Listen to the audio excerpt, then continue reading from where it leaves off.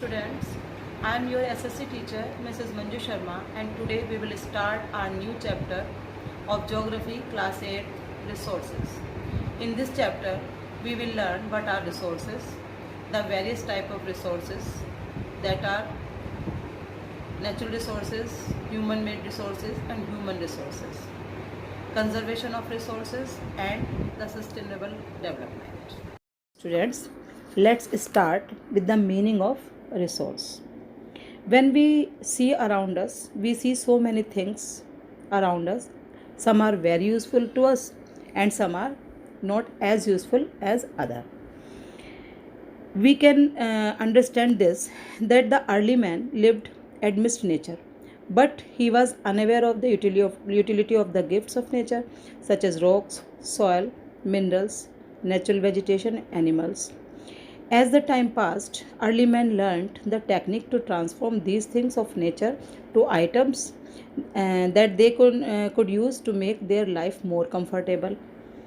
It was then that these gifts of nature becomes resource. So now we can say that resource refer to the things that can be transformed into more valuable and useful things to fulfill human needs. For example, water. Water is essential for us to live on earth. Electricity, we need to light our homes to run the electrical appliances. Vehicles, textbooks, vegetables, fruits and flowers, all the things fulfill our needs, so these things are called resource. Next, we will try to understand the value of resource. Value means the worth of an object or resource. The things which we have, what the value of it for us.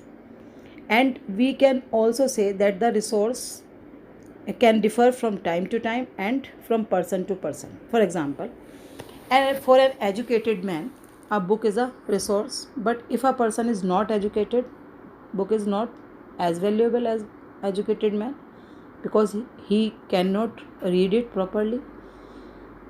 So, just like this, resource have both an economic as well as aesthetic value.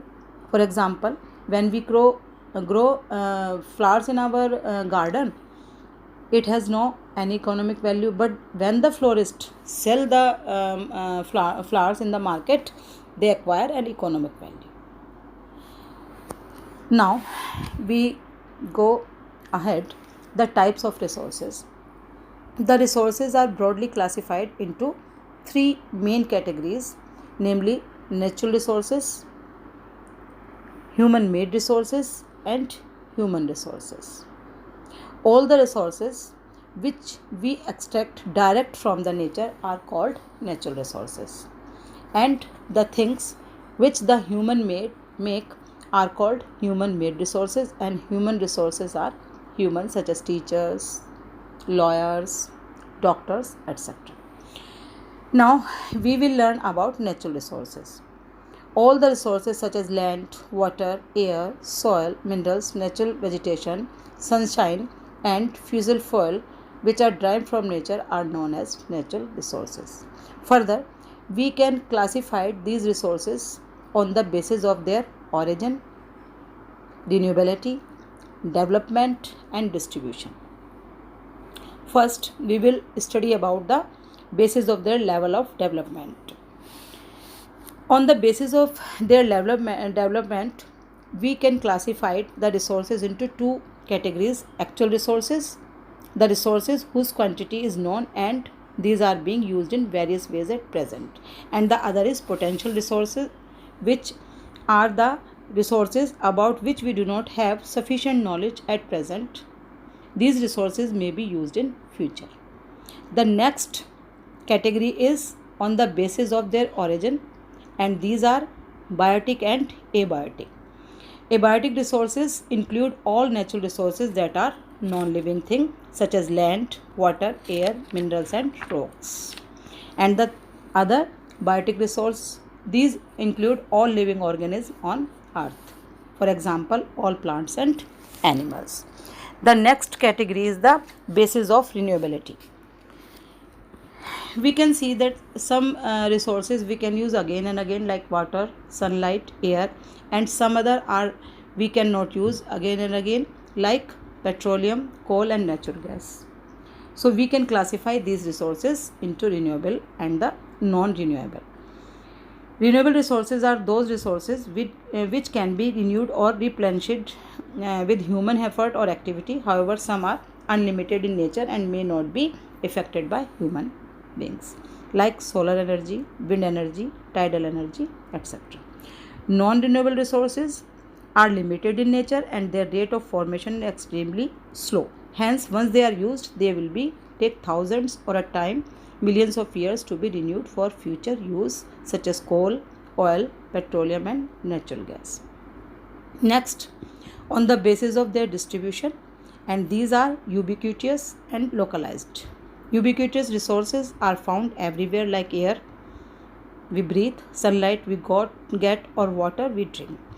And the localized resources are found in a specific region, like minerals and oil. For example, mineral oil, iron ore, and petroleum. Now we will learn about human made resources.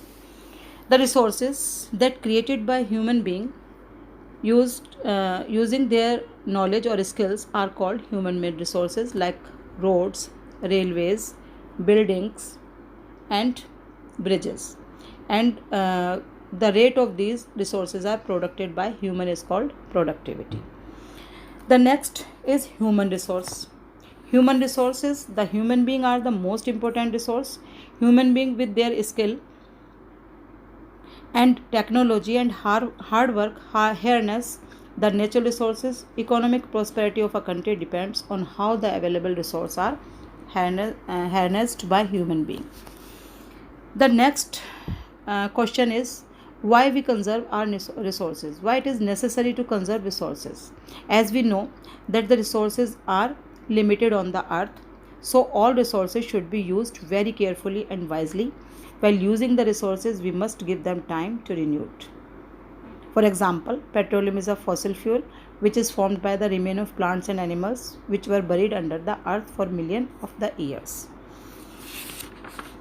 When we use it, it exhausted and take time to renew.